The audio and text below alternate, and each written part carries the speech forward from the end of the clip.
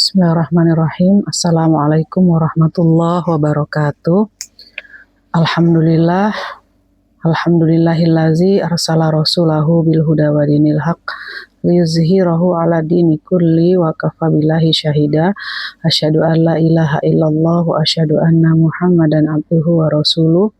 Segala puji bagi Allah yang memberikan kita kenikmatan yang banyak sekali hingga hari ini kita masih dipertemukan dalam majelis yang insya Allah dirahmati oleh Allah, yaitu kelas Sirah Nabawiyah dan peradaban Islam untuk pertemuan yang keempat.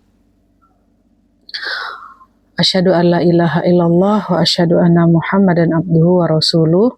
Allahumma sholli ala Muhammad wa ala ali Muhammad kama shallaita ala Ibrahim wa ala ali Ibrahim fil alamin innaka Hamidum Majid. Para sahabat Sirah Nabawiyah yang dirahmati oleh Allah, hari ini pada pertemuan kali ini kita akan membahas tentang permulaan wahyu sebagai landasan risalah peradaban.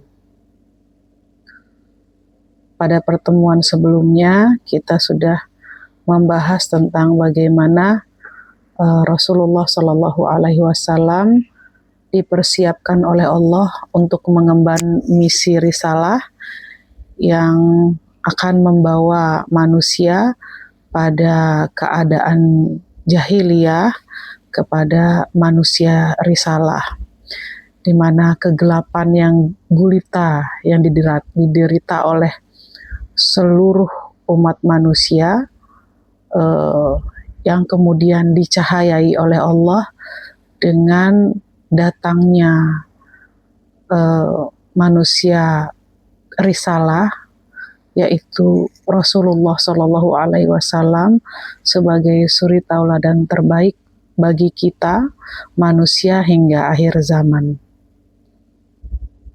Pada pertemuan keempat ini kita akan membahas tentang seputar tahannus, yaitu apa itu tahannus. Tahannus itu yang dilakukan oleh Rasulullah Sallallahu Alaihi Wasallam sebelum turunnya wahyu pertama, di mana keadaan masyarakat di Mekah dan sekitarnya itu sangat-sangat suram gitu ya.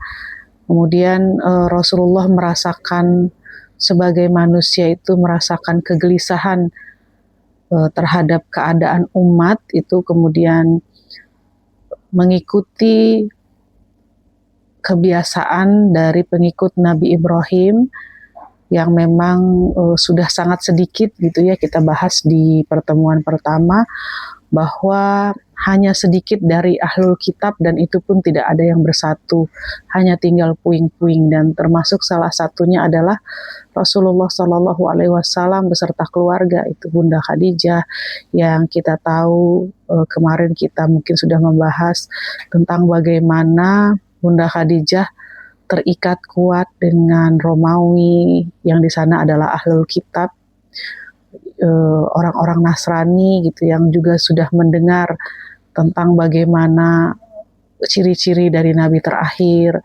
kemudian juga ajaran Nabi Ibrahim yang masih ada sisa-sisanya, yang salah satunya adalah tahannus.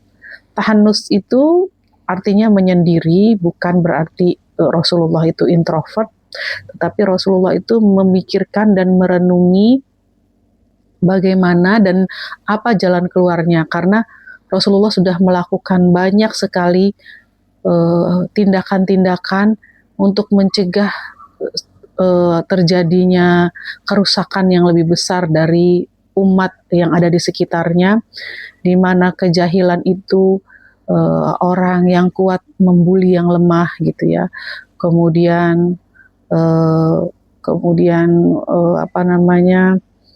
ketidakadilan, sampai kita tahu bahwa ketika zaman kafir Quraisy sebelum Islam hadir itu orang-orang melakukan tawaf, kemudian berhaji dan umroh itu bahkan harus telanjang gitu ya, hanya mengenakan pakaian-pakaian dalam saja, itu karena memang ada aturan-aturan jahiliyah di mana mereka harus membeli pakaian yang ada di dalam seputaran Mekah gitu ya, untuk melakukan ihram karena menurut mereka itu tidak sah. Kemudian banyak sekali ajaran-ajaran jahiliyah yang membuat masyarakat itu menjadi terbelenggu dan banyak sekali ketidakadilan.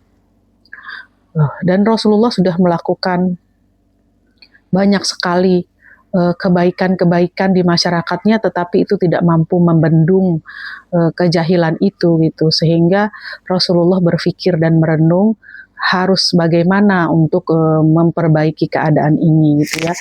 Memang Rasulullah ini kan kita sudah mengikuti kelas sebelumnya bagaimana Rasulullah dididik oleh Allah untuk bersiap menjadi pemimpin bumi ini gitu.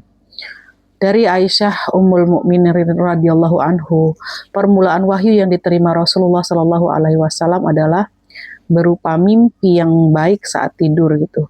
Rasulullah itu sering bermimpi. Setiap kali beliau bermimpi, maka kemudian terlihat nyata seperti cahaya pagi yang menyingsing.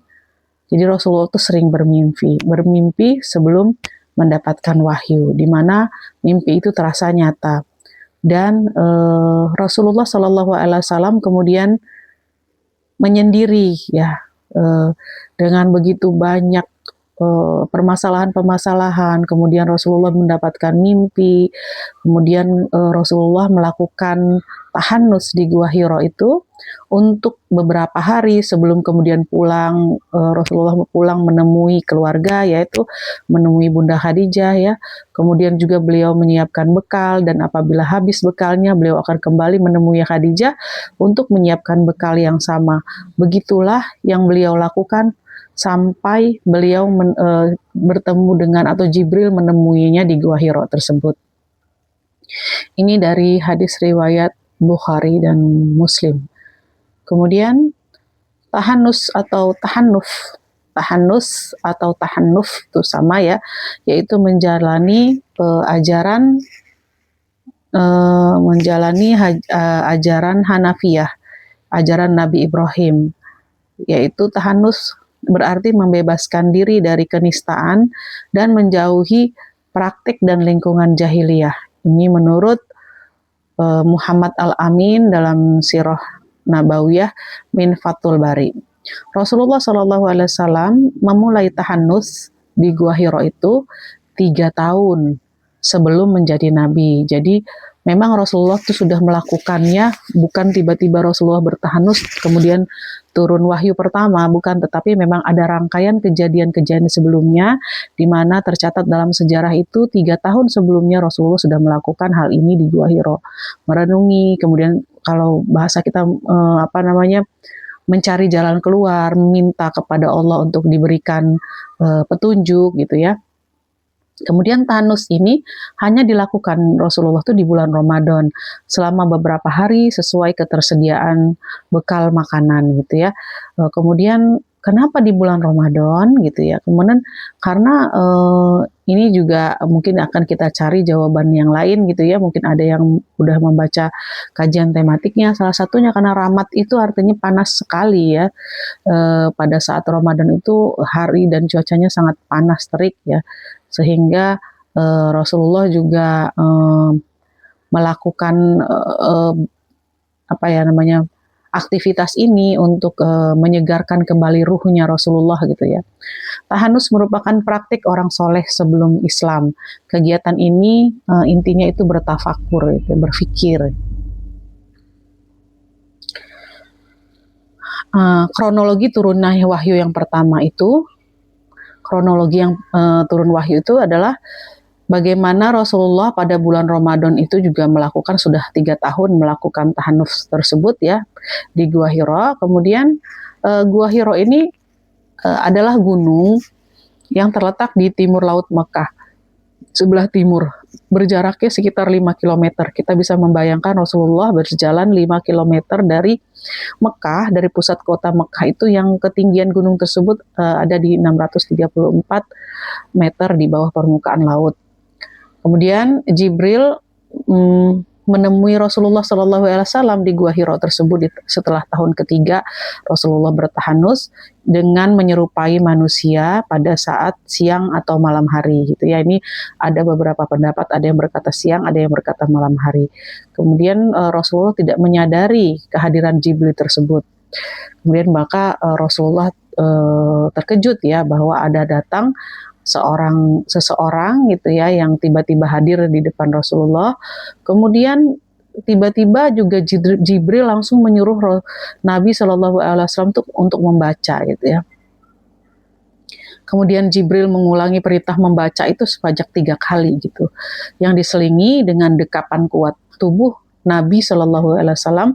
Setiap kali Nabi Shallallahu Alaihi Wasallam itu menjawab, aku tidak dapat membaca.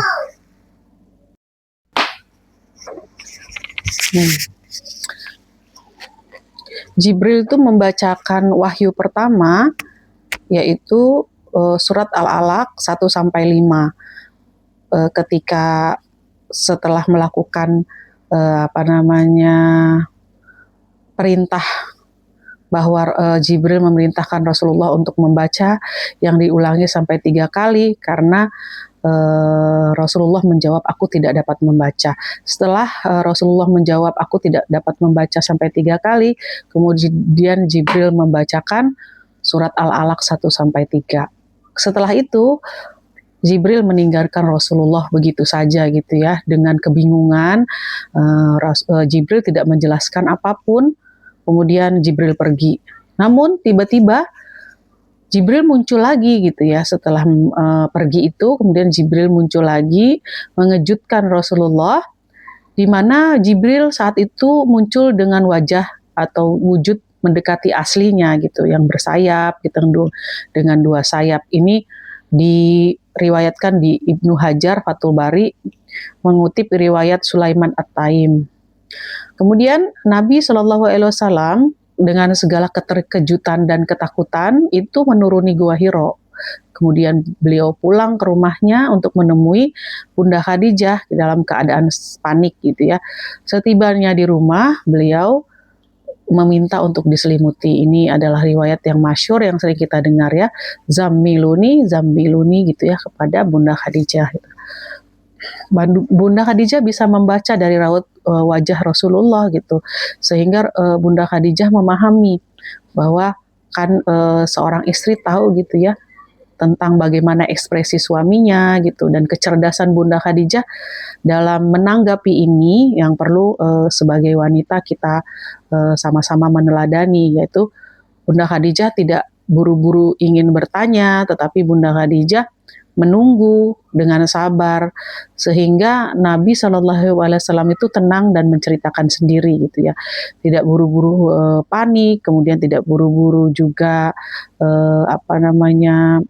ingin tahu gitu apa yang terjadi, tetapi Bunda Khadijah kalau bahasanya itu menunggu tetapi siap untuk menerima perintah selanjutnya terhadap suaminya gitu ya.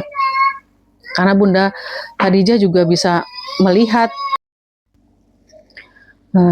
Bunda Khadijah berusaha menenangkan Nabi Shallallahu Alaihi Wasallam dengan mengingatkan dengan segala kebaikan-kebaikan Nabi Shallallahu Alaihi Wasallam selama ini kepada semua orang. Ya, kita juga sering dengar, tidak mungkin Allah menghinakanmu.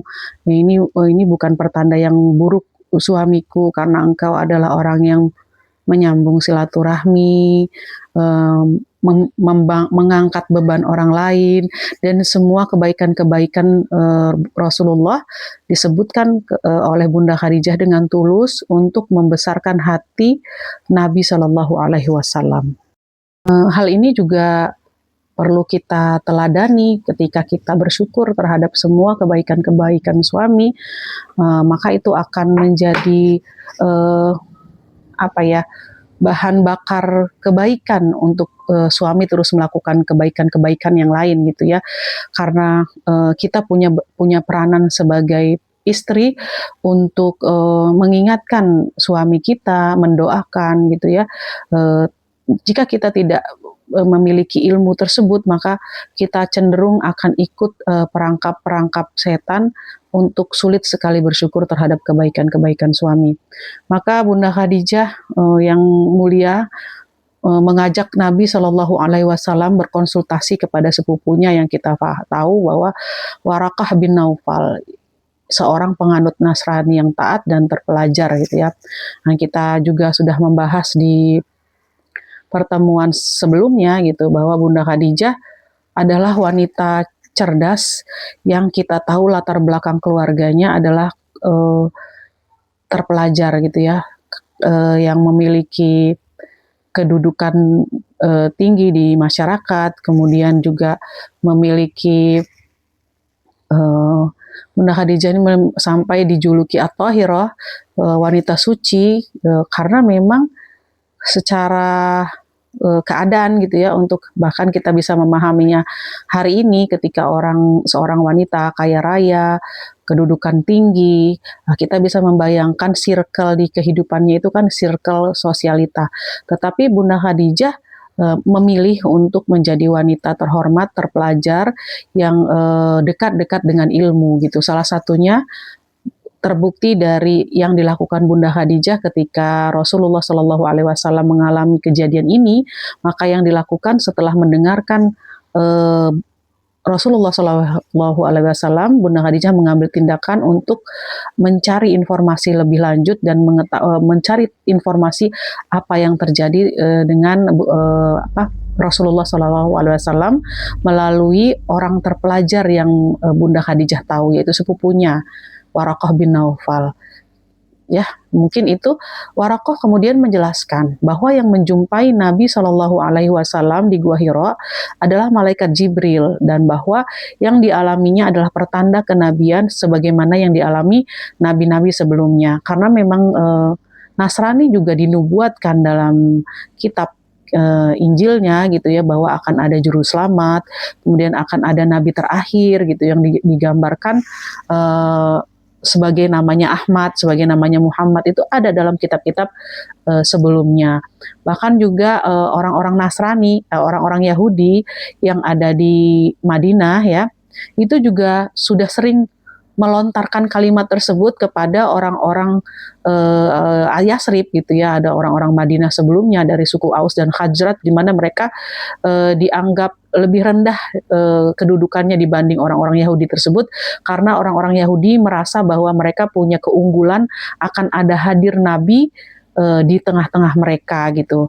Maka dari itu kita juga mengetahui kenapa akan kita bahas selanjutnya, kenapa pemuda-pemuda dari Hajrat yang pada baiat Qobah pertama nanti kita jelaskan lebih terbuka untuk dakwah Rasulullah karena sebelumnya sudah mendengar informasi. Dan beginilah juga Bunda Khadijah, sehingga kita juga mampu memahami kenapa Bunda Khadijah begitu luar biasa mengeluarkan seluruh kemampuannya karena berdasarkan ilmu.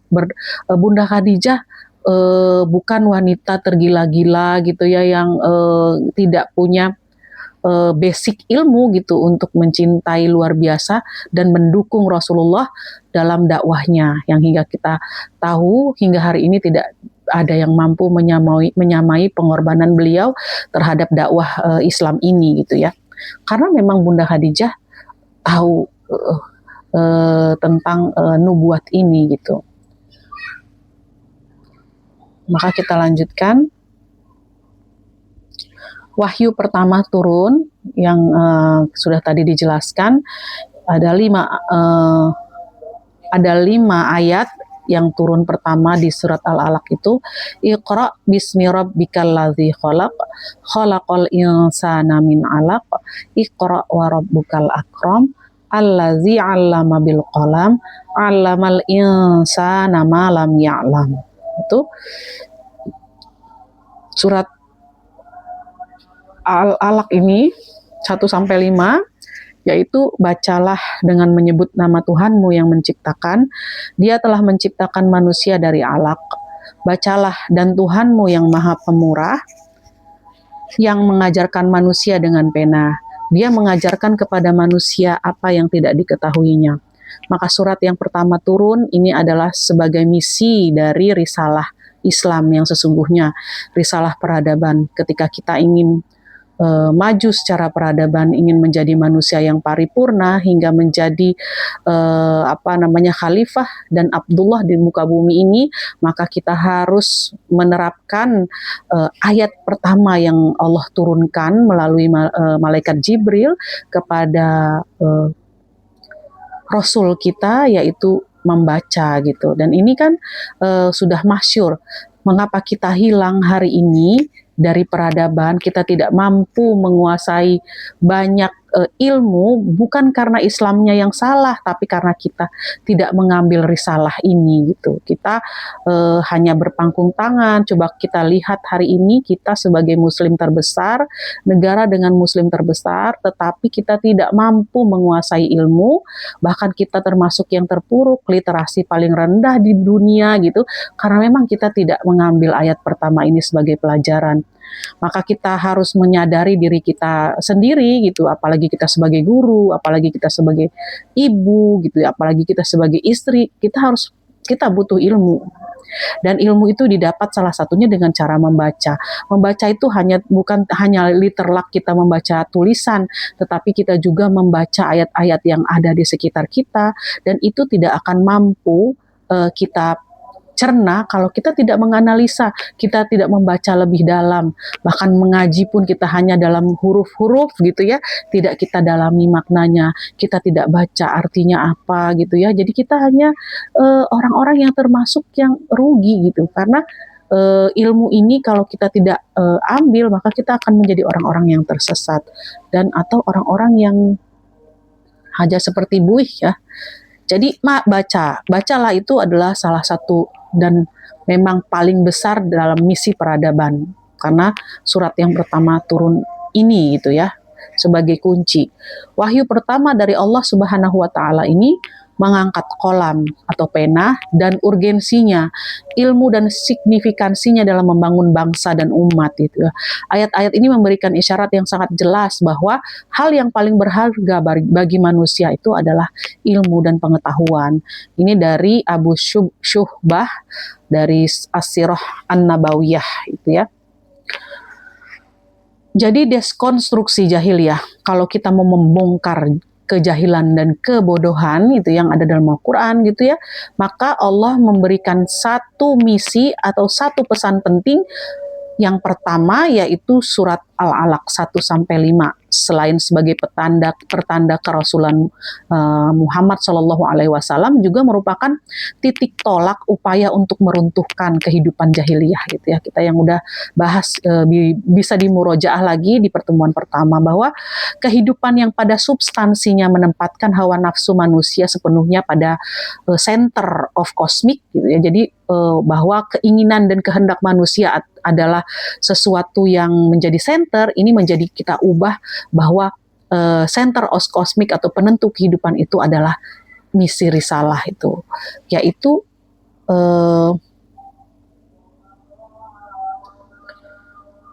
risalah gitu ya, kehendak Allah gitu ya, di mana risalah dan kehendak Allah itu di luar dari diri manusia, melalui yang akan diajarkan oleh Allah melalui Rasulnya itu ya, yang hari ini tuh masih ada gitu ya, ada Al-Quran, ada As-Sunnah, di mana dalam bukunya Dr. Majid Al-Kilani, di mana beliau juga membaca bukunya Imam Al-Ghazali, bahwa kalau kita menjadi manusia risalah seutuhnya, itu kita tidak mendikotomi antara ibadah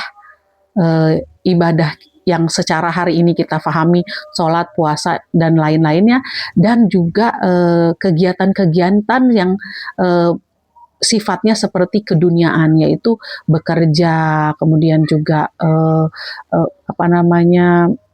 berhubungan dengan manusia yang lainnya. Jadi itu tidak ada pemisahnya, bahwa itu adalah satu kesatuan yang utuh, di mana ketika kita mendalami agama, belajar tentang agama, ibadah dan sebagainya, kita juga harus disertai dengan ilmu al-hikmah yang dalam. Ilmu al-hikmah itu adalah ilmu-ilmu keduniaan non syariat gitu ya. Jadi ilmu syariat dan ilmu non syariat itu adalah satu kesinambungan, di mana ketika kita berbicara tentang syariat, kita juga harus tahu tentang ilmu non syariat gitu ya. Jadi itu bukan sesuatu yang terpisahkan. Seperti ilmu-ilmuwan zaman pertengahan gitu ya, seperti para sahabat, tabiin dan semua ulama-ulama besar itu, mereka tidak pernah mendikotomi ilmu gitu ya, bahwa ilmu agama, akhirat, dunia, tapi itu adalah suatu rangkaian. Maka dari itu yang harus kita perlu, bahwa ikhlas saja tidak cukup menjadi manusia yang soleh, tetapi juga harus tepat. Tepat itu harus diiringi dengan ilmu-ilmu yang lain, termasuk ilmu-ilmu dunia gitu ya. Jadi mungkin itu saja pada pertemuan kali ini. Mudah-mudahan Allah memberikan kita keluasan pengetahuan, hingga Allah membukakan amalan-amalan yang tepat dan ikhlas untuk kita semua, supaya kita bisa selamat dari kejahiliahan. Billahi taufik wal hidayah. Assalamualaikum warahmatullahi wabarakatuh.